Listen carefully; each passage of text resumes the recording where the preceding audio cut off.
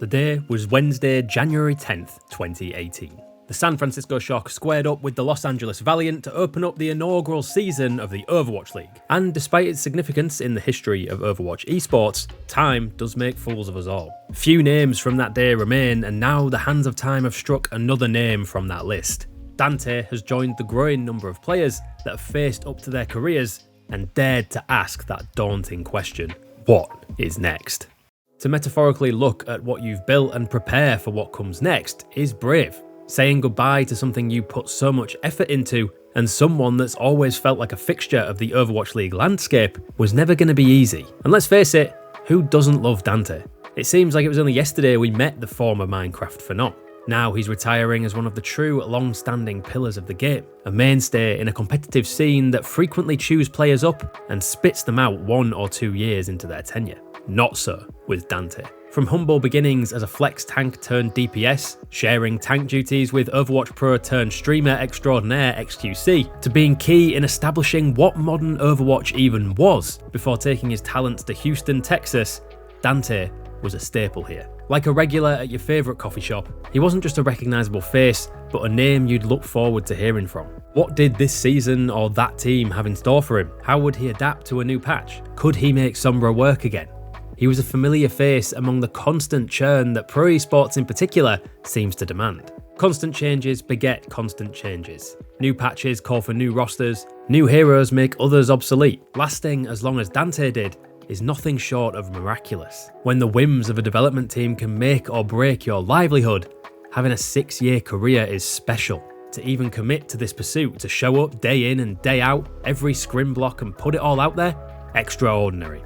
In every sense. It was therefore perhaps no surprise that when his retirement day came around, Dante did not do things quietly. In a typically honest address, Dante has said the quiet part of competing in esports out loud. Pursuing a career in esports, as much as it's idolised by those on the outside, requires massive sacrifice even to maintain a starting position. And with the removal of any semblance of consistent stage time in the Overwatch League, what do players actually have to look forward to? Salaries are annualised and on the decline, jobs are about as safe as May's research team in the Arctic, and teams are questioning their stake in all of this. Can you blame anyone for wondering if this time in the blizzard is worth the sub-zero squeeze? If anything, we should applaud the courage it takes to reorient and reprioritise. Past that, Dante spoke on the reality that is competition at the highest level, a reality he embodied. A reality where you cannot always win or be the carry. And in some cases, you might even be the liability and cause a few losses of your own. But the confidence and bravery to push back against the doubters, double down on your own skill and pursue the potential you believe you have, that is what it takes to make it. And Dante made it.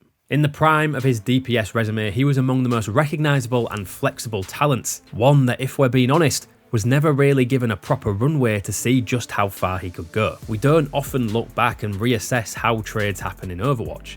And as one of the first players to actually see that happen, you have to wonder, could it have been anyone else to see the Outlaws through 4 seasons? Smurf was the missing cornerstone to seeing San Francisco build their empire, but Dante was the only man that could handle spearheading an effort in Houston. And that's why this isn't so much a eulogy, as much as it's a commemoration, a reminder to stay in the fight, no matter the doors that may open or close. Grief is a complicated emotion, but one that appears twice here. One half for the athlete who undoubtedly faced an unassumedly brutal bout of reflection after his release from LA Gladiators and ultimately chose retreat. And the other for the community and fans who say goodbye to one of the most affable and talented Western players to ever grace the game. It's easy to feel the sting of losing another star in Overwatch's growing void, but think of the legends he leaves for the next generation. Who dared to role swap and ultimately still remained competitive? What 6-year veteran survives on an underperforming team long enough that the game allows him to be the unorthodox answer to a question that puts them in striking distance of a podium? Who begins a scrim code war, making one of the driest off-seasons in memory suddenly burst with life? Not too many players leave a lasting imprint, but Dante leaves a legacy of stories and memories in his wake. That's why he's the best. He had the courage to close a massive chapter of his life, but did so not by quietly slipping into the night, but by loudly advocating for the peers he leaves behind. He bet on himself and tried to prove the world wrong. He maintained a nearly 6-year-long career in an unbelievably unforgiving field, and he did it uniquely his way.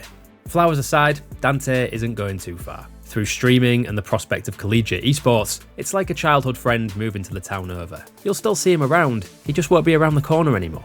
He is far from gone, and even if this was it, if 2023 was the last run for Dante, then he should rest assured, the Overwatch world will never forget him.